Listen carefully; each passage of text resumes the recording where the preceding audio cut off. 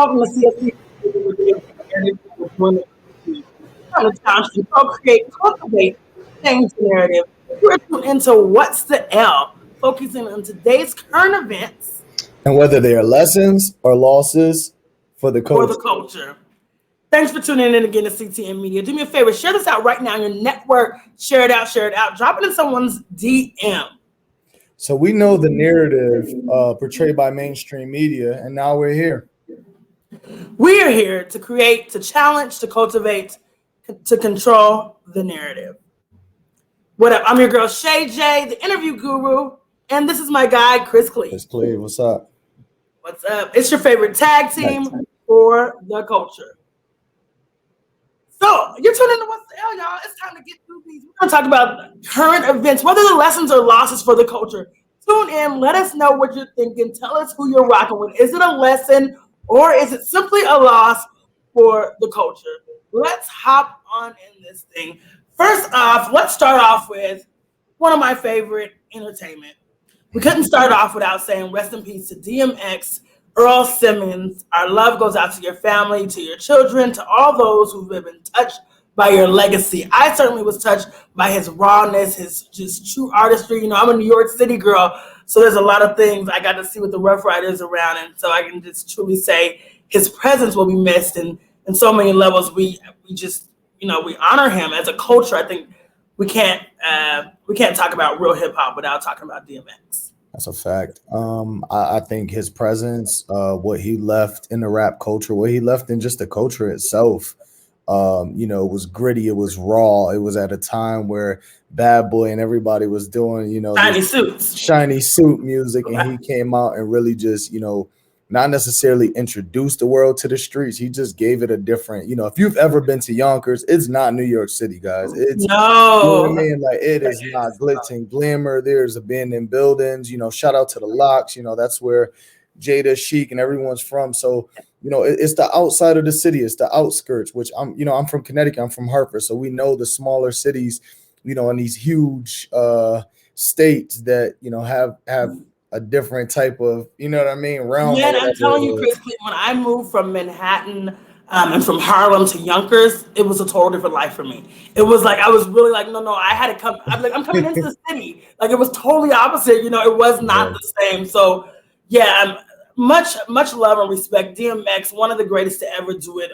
One of the most authentic dudes ever. A game changer for sure.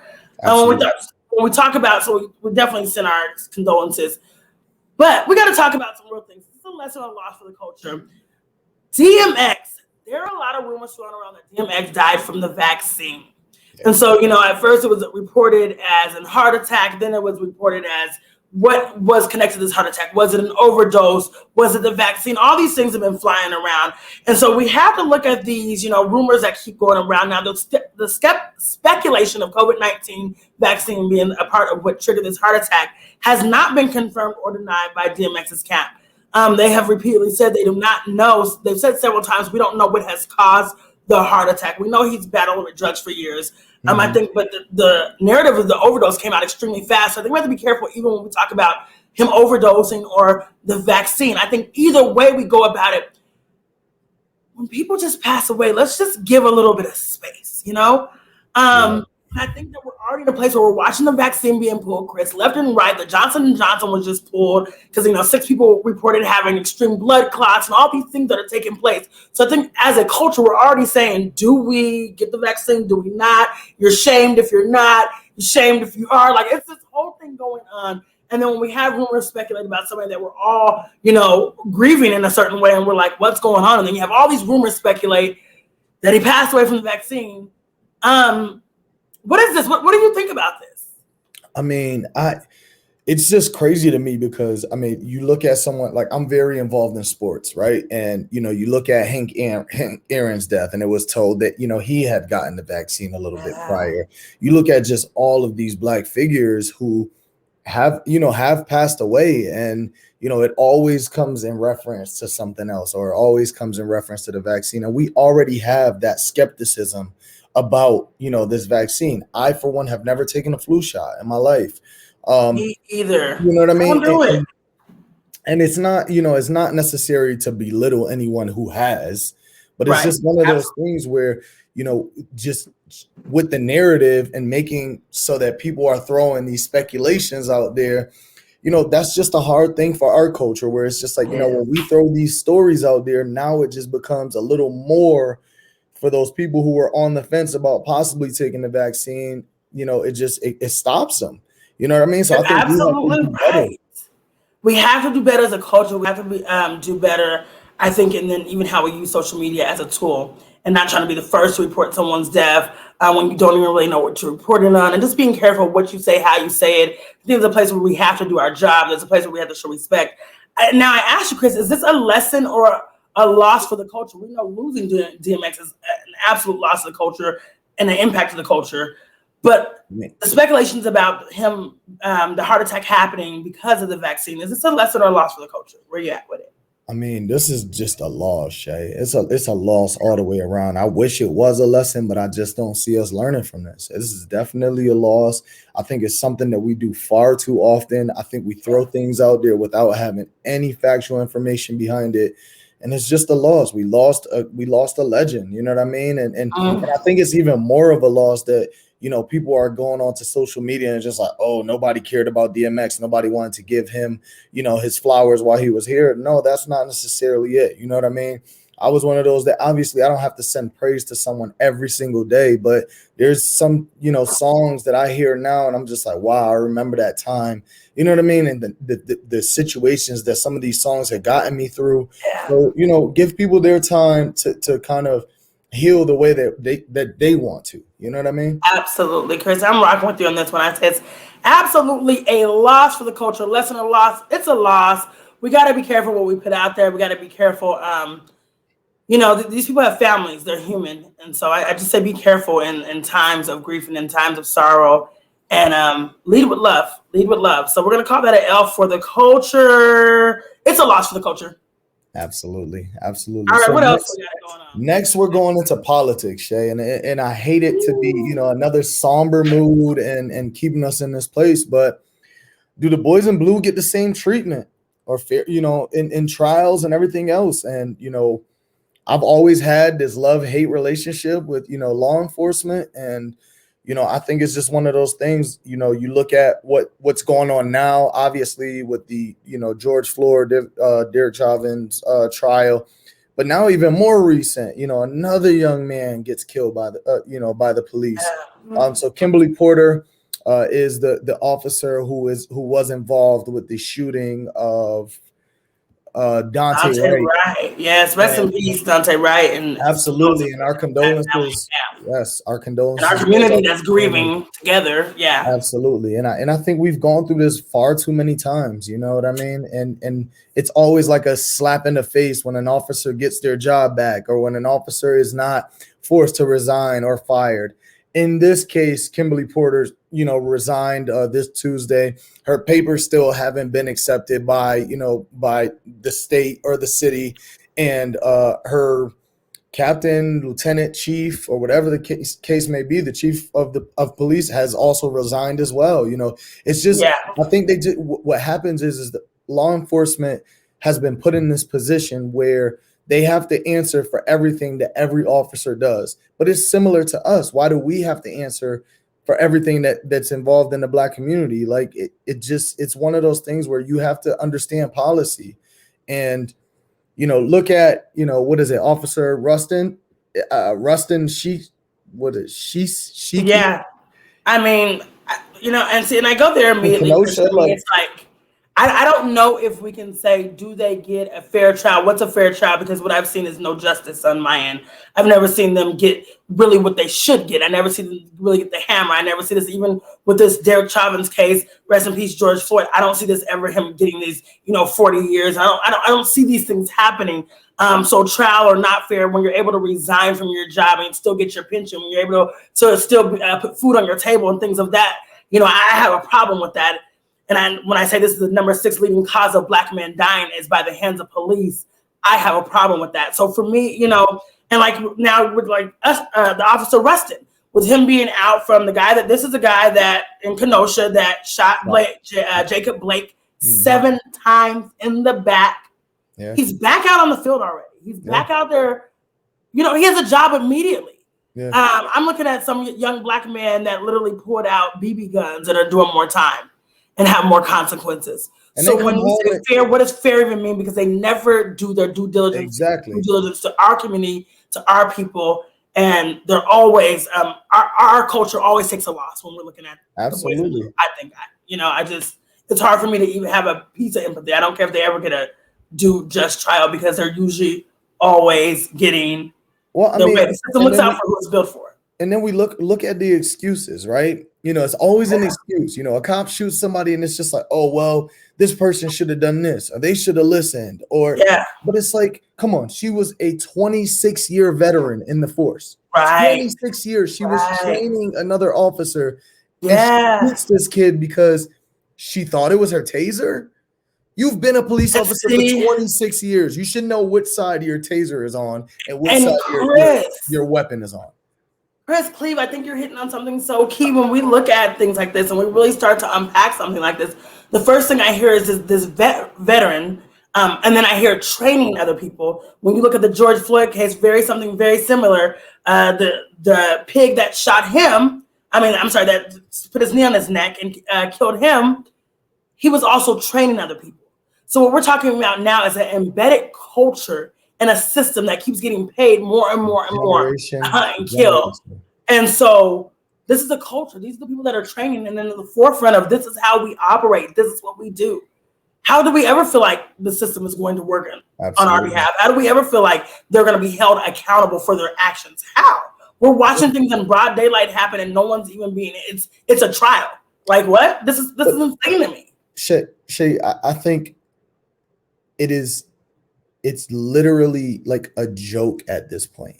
Yeah. I feel like the way that they handle these situations, the way that, obviously we're not saying a 20-year-old is perfect, but when you understand or when you realize this kid just got shot, right? Is dead, is no longer here. And the first thing that you decide to put out on your media platform is he had a record or he did this. No, he was just murdered. Especially when my thing yells out taser and then, oh shit, I think I just shot him. Like it is literally a joke at that point. It's a joke. And I think we got to be careful listening to this the voice clips of the things that they're doing, the things that they're putting in the system. But I think on top of that is one thing for sure is cops are not even supposed to kill guilty people. Absolutely.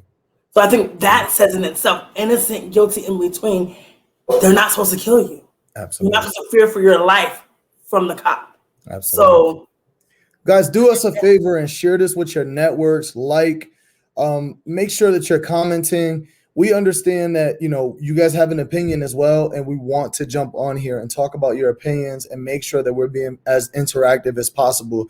It's your boy, Chris Cleve, my girl, Shay J. Make sure you let us know what's going on. So, Shay, what do you think? Is this a lesson or a loss for the culture? This is another loss for the culture.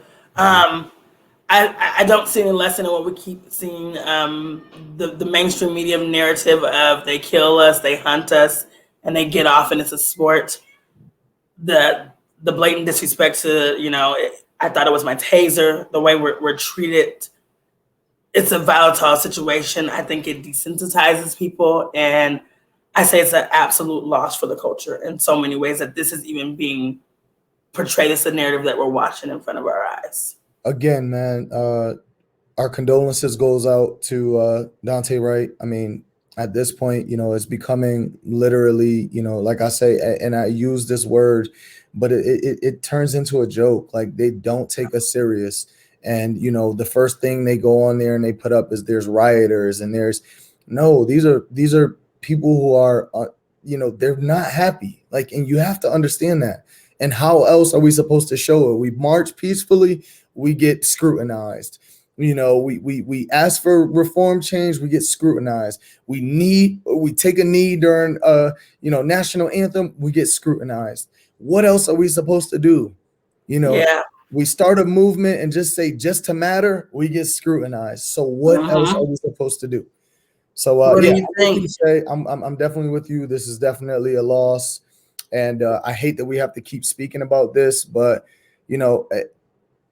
What else? I mean, it takes platforms like this. It takes What Absolutely. the L. It takes CTN Media. It takes all of us to make our voices known, and also have people to interact with us so that we can bring this to different, take this platform to the next level. Absolutely. You're tuning in CTN Media. You're watching What's the L? Is it a lesson or a loss for the culture? With your girl Shay J and Chris Cleves. We're going to talk about a little bit of the reality side, the gossip side, the what's going on in that place. Now, there's a show that I don't know how many of you guys tune into this show. But this show, there's a lot of these kind of talk shows, but this one is The Real. Now, it's all about, do we accept apologies if they're not sincere, or if we're not sure about them? Do we have to accept apologies because it's coming from the other counterpart? I think this is a question that the culture asks over and over. When we're looking at this situation, we're currently looking at Sharone Osbourne versus Sheryl Underwood. Those of you who've been paying attention or not, I'm going to get you up to speed. So currently, Sharone Osbourne has exited from the show, The Talk.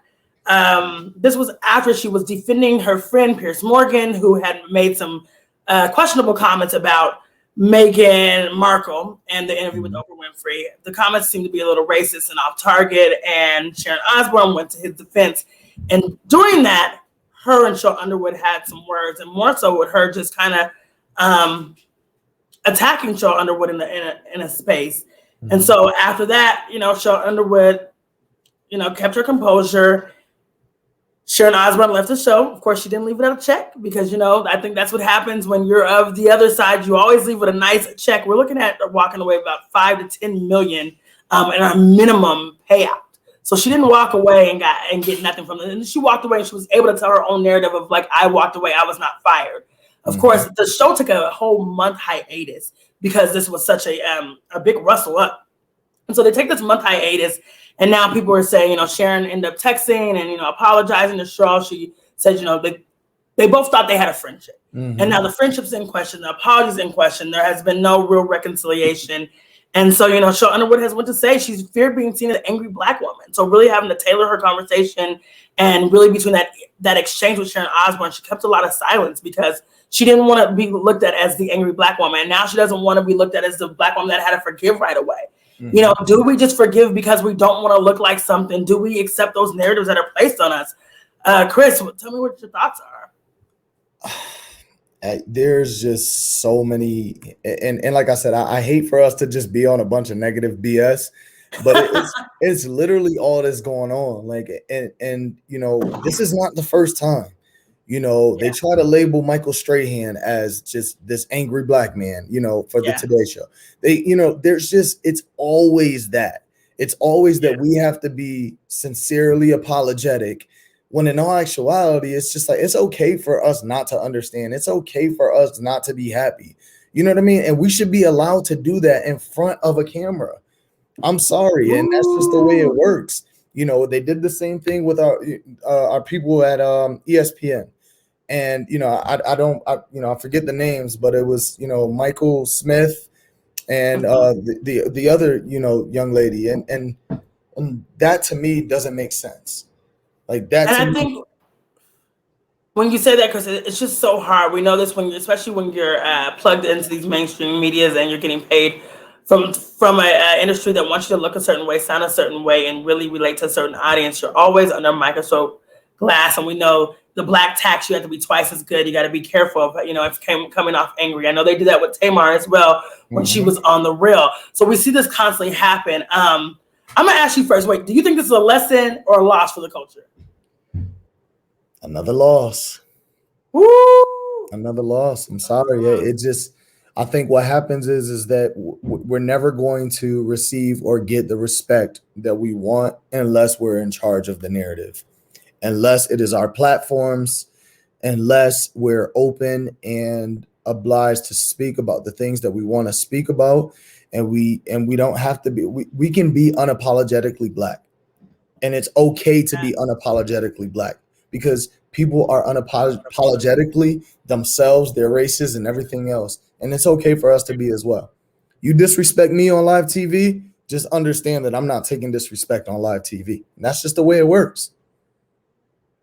And I think, and I'm going to take a little bit of a different approach with this. I'm going to go ahead and call this a lesson for the culture. And where I see this lesson is salute Sheryl Underwood, not immediately bending in, and not immediately, because we're so afraid of what we look like so many times. Do we look like the angry Black woman? Are we being, not sensitive enough? Are we not, soothing our white counterparts so that we don't look like we're harvesting any ill feelings and any ill intentions? And so we're so fast to take apologies. We're so fast to, really give in and concede in because we don't want to look a certain type of way. And so anytime I think you stand up for yourself and decide, I'm not going to speak right away about it, I'm not going to, yes, she had to tailor her conversation, I think, in the original actual dialogue, but being able to say, like, no, not right away, I'm not accepting her apology right away, everything's not all good, and then be able to talk about it afterwards. She's like, I have now PTSD afterwards. Like, this got me in a space that I didn't plan on being in, and now I have to think about, a lot of different things, and not just saying I'm okay. So many times as Black women, I think we just say I'm okay because we're taught we have to be okay, and we can take a lot more pain than anybody else. So salute to Sheryl Underwood for not just laying down and taking that, and for really standing bold in her truth. So I'm gonna go ahead and call it a lesson for the culture. What's the L, y'all? Y'all are tuning into what's the L? Is it a lesson or a loss for the culture? We want to hear from you. Keep on, keep lighting up those comments, letting us know what you think. All right, what else we got, Chris? Hey, so sports. Okay. This is, do women get enough respect in sports? I mean, I think it is. We obviously know the answer to it. It's not something that's new. I look at, just in the GOAT conversation that I have with some of my friends, you know what I mean? And I don't think it's intentional.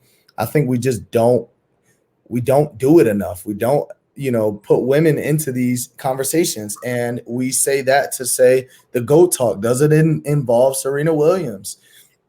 If you're not, sorry, see, I just had to cut you off there. I'm riding for the If you're not putting Serena in your GOAT list, then you are a male chauvinist, and you don't believe that women's sports are just as important as men in sports. And I have to say that without a doubt, without a shadow of a doubt, Serena Williams is the all-time one of the best in sports. One of the best there is. And she doesn't get enough credit, and I know it's because she's a woman. 73, titles, 23 Grand Slams, championship, her personal and professional life. She's been spectacular. She's never had a hiccup, I think. But I mean, I say that to say this, she's doing so many things off the court and has been the face of tennis for so long, the Black face of tennis. You know what I mean? Like her and Venus, just being young, being in this sport for over 3 decades, going into the 4th decade, still being relevant, still winning matches. I mean, and as dominant as she's been in this sport for so long, she doesn't get the appreciation that I think she deserves. And she's a hell of a woman, a terrific mom, a great role model. Absolutely. Serena Williams, hats off. No, women do not get enough respect in sports. Absolutely not. You can just ask me now if this should be a lesson to everybody. I'm going to just tell you this should be a lesson to keep her in when you're talking the GOATs of sports, Serena Williams has to be in there. No, absolutely. And I really wanted to spotlight the fact that she is starting her own, docuseries on Amazon. And I really want to not even convince, but just let people know, like, this is a story we should be following. Serena has always been one to kind of have the narrative be spoken for her and have, people basically criticize her game, criticize the things that she wears on the court and everything else. And she wants to give the perspective from herself, and she wants to tell her own story. And this is happening soon. The dates will be released, but it's going to be on Amazon. It's going to be I want to say a 10-part docuseries. It might be longer, but this is something that's going to really tell her story the way she wants it to be told. And I'm in so much appreciation for that. But what do you think, Shay? Is this a lesson or a loss for the culture? It is a lesson for the culture. When you talk the greats, you have to put Serena in there. I think the more that we acknowledge the greatness of women in sports, and we start really digging into that, the more that they will be acknowledged. And so I think it's a lesson for the culture. Don't forget the way women are really paving the way. And, when you have a woman, women usually do it all. And so Serena is a perfect example of what doing it all looks like, and doing it with grace and doing it with excellence. She is extremely Black excellence. And I agree. I think it's a lesson, for all the young women out there who want to be involved in any sport. It's not just tennis, in any sport. Yeah. I have a 3-year-old girl, and I tell her every day she can be great. She can be as great as she wants. I put her in sports just because I want her to understand that it doesn't matter. I try to do mostly co-ed just so that she can see the boys and understand that she can kind of participate with them I love and it. be better than them at times. You know what I mean? And Yeah. I think we brought up Kobe last week or our last episode, and that was something that he strived for as well, and that was something that he advocated for. The WNBA, Yes. United States women's national soccer team, the same thing. Megan Rapinoe and all them girls who are literally pushing the movement of girl power, of making it equal, making pay equal. If you look at the Yes. disparities in pay, like, it's ridiculous. And That's it's not to and it's not to say that watching girls sports is boring. Like, no, it's not. You just have to be interested in it. And we have to change our mindset and understand that, if we have kids that are of both genders, we have to say the same thing to both. You both can be great, boy or girl. So I don't want to get lost in what it is, but I really want to advocate for the young girls out there who are looking to just, be great in any sport. Look at Serena Williams and look at Naomi Osaka and look at all of these look at Megan Rapinoe. They're all doing their thing in their own space, but fight for equality in all levels. I love it, yo. We have to keep pushing that. This is what we're here for. We're here to really control the narrative, create the narrative, cultivate the narrative, challenge the narrative, changing the narrative. This is CTN Media. You're watching What's the L? Is it a lesson or a loss for the culture? Your favorite 30-minute wrap-up, lessons and losses for the culture. Make sure you go ahead and subscribe to CTN Media on YouTube. Share it with somebody. Share the network out. Ring the bell. Create engagement. Let us know what you think. Is it lessons and losses? Are we on or off? Let us know anything that you want to talk about on What's the L. We're here to do this with you. We appreciate you tuning in. Don't forget to catch the next episode of What's the L with your girl Shay J and Chris Cleve. Your boy Chris Cleve. Peace and love. Peace and love.